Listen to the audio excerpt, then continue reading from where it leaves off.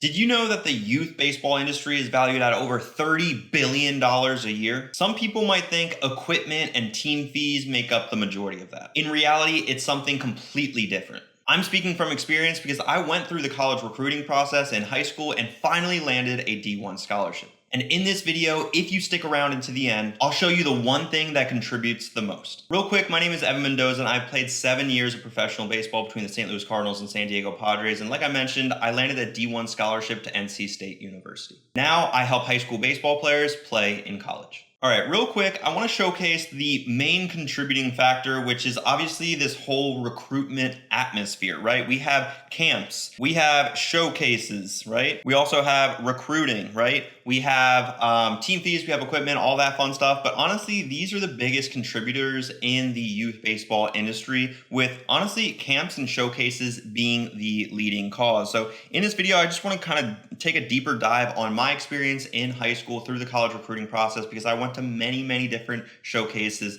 and many different camps as well. And one of the biggest things are showcases are great, but they are very metric driven. Obviously, you should understand what a metric is. It's way different than a stat, obviously, because showcases, you really want to get your exit velocity, your throwing velocity, your 60-yard dash time, maybe your velocity off of the mound, things like that, right? So that's what showcases are really good for. I would recommend, honestly, Perfect Game. Perfect Game because, honestly, I'm well connected with Perfect Game, and Perfect Game gave me so many opportunities, whether it was the tournaments or showcases, just to be in front of these professional scouts. There are other ones like the PBRs. There's I think 5 Tool maybe in Texas, I think. There's many different showcases. Honestly, there's going to be some always that are up and coming, and those are the ones that you want to be careful of. Honestly, Perfect Game has been around for 30 years or something crazy like that, and they know exactly what they're doing. They also have had a ton of success getting players committed. Not necessarily they are the ones actively helping with the recruiting process, but players that have attended those showcases or tournaments of Perfect Game, those players tend to play at the next level. Now, camps are convenience focused, right? And what do I mean by that?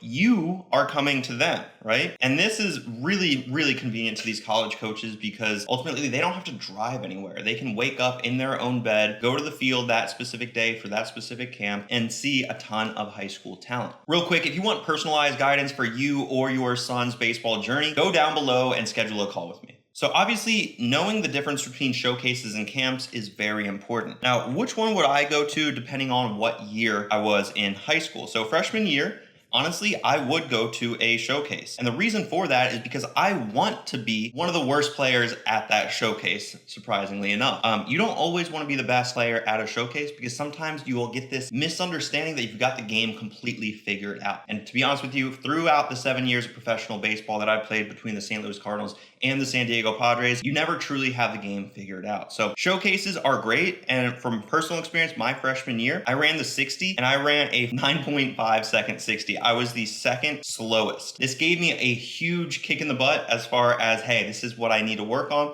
I need to figure this out if I want to play college baseball. So I think freshman year is a great time to attend your son's or your first ever showcase, because this is going to be a time, again, where you're able to self-assess with you against the competition. So I think it's a very valuable time. Now, sophomore year, to be honest with you, yes, it's okay to go to a camp or maybe another showcase. But to be honest with you, this is where I would really focus on your development more than anything. And then also I would prepare for recruiting, right? Recruiting is obviously going to be right around the corner your sophomore year into junior year, because junior year is when everything starts to pick up. Now, junior year, I think it's very important to go to a showcase and camps. As many, honestly, as you know that you're going to get the best bang for your buck. And honestly, it's always hard to tell. And that's where I always like to provide the guidance to my players and the families to understand that, yes, there are going to be showcases out there that scam you in a sense. I remember going to a showcase in North Carolina that promised 30 college coaches in attendance, and only 2 showed up. So I felt very much burnt about that whole situation, and I did not like that. Senior year,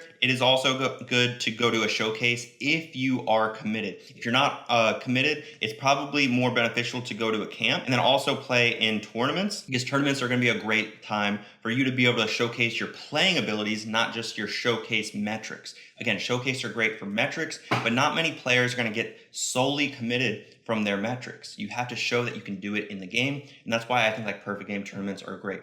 About my story, I got committed basically from performing extremely well. I performed extremely well at a perfect game tournament, not a showcase. And in that tournament, I showed my ability to pitch. It was a Final Four game in a WWBA tournament in East Cobb, Georgia. And that was just, obviously the realization to the college coaches in attendance. NC State coach Chris Hart was in attendance, and he liked what he saw enough to offer me a position at NC State. So I later, a couple weeks later, obviously committed. If you want me to guide your player to develop his skills, get him noticed, and secure a scholarship, be sure to check out this video above.